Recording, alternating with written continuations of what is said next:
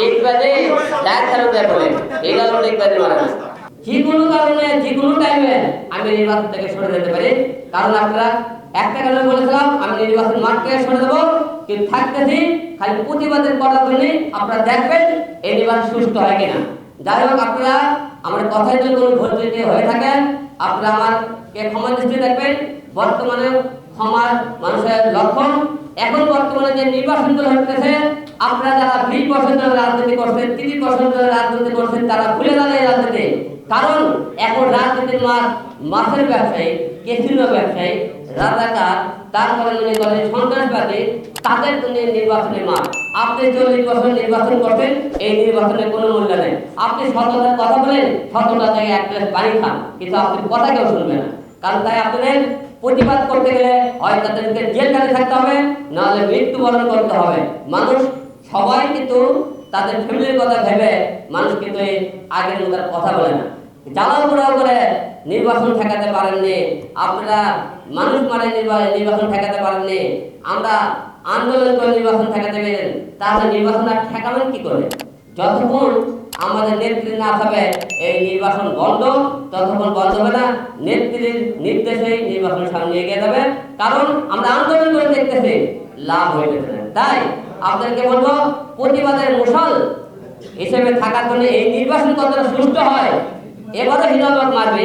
আপনারা জেনে রাখেন, এবারই মারতে হবে। তাহলে জানেন আমি একটা কথা বলতেছি, একটা কারণে সেখানে যে প্রার্থীটা আছে সে প্রতিটা বাড়ি চলতে সিল মারছে, প্রতিটা বাড়িতে আসলে মারামারি হয়েছে। কিন্তু এইবারও তো জানেন আমার নতুন অতীতে প্রার্থীটা তৈরি করেন জোর সিল মারবে, আমরা এজেন্টদেরকে বের করে দেবেন, তার মারামারি এবারও হতে পারে।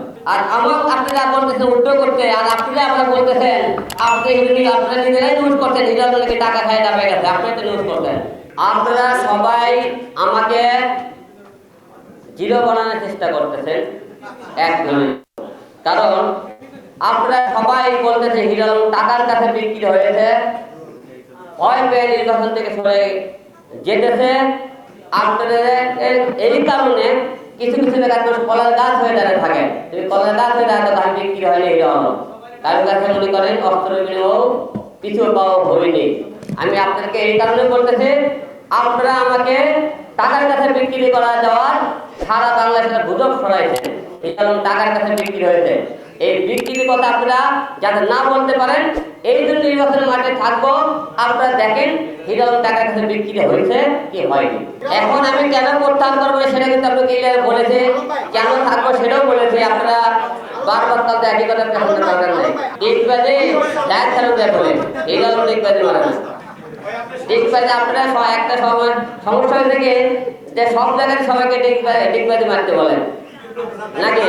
আপনি ডিগবাজির প্রশ্নটা আপনারা তুললেন কেন বলেন তো? এই ডিগবাজির প্রশ্ন লাগে না, আমি কি এটাকে ডিগবাজি মারতে এসেছে? আচ্ছা শোনেন, এখানে ভাই একটু আগে কি বলছে, 300 লোকের লাগেন প্রার্থী প্রত্যাহার করবে বলছে না? আমি কথা বলি, আপনি কি বলছেন? প্রত্যাহারের কথা বলছেন একজন নাকি তো? এখন এর মধ্যে এখন সবাই প্রত্যাহার করবে কি করবে না কিছু চেঞ্জ করতে পারে কেউ, এটা দেখার ব্যক্তিগত বিষয়। আমি তো বললেন প্রত্যাহার করবো, এখন আমি বলেছিলাম প্রত্যাহার করবো, এখন প্রত্যাহার করবো না। আপনি বললেন কেন করবো সেটা বলেছিলাম, আপনাদেরও বলছি আমি কেন নির্বাচন থাকবো কেন থাকবো না দুইটাই বলেছি।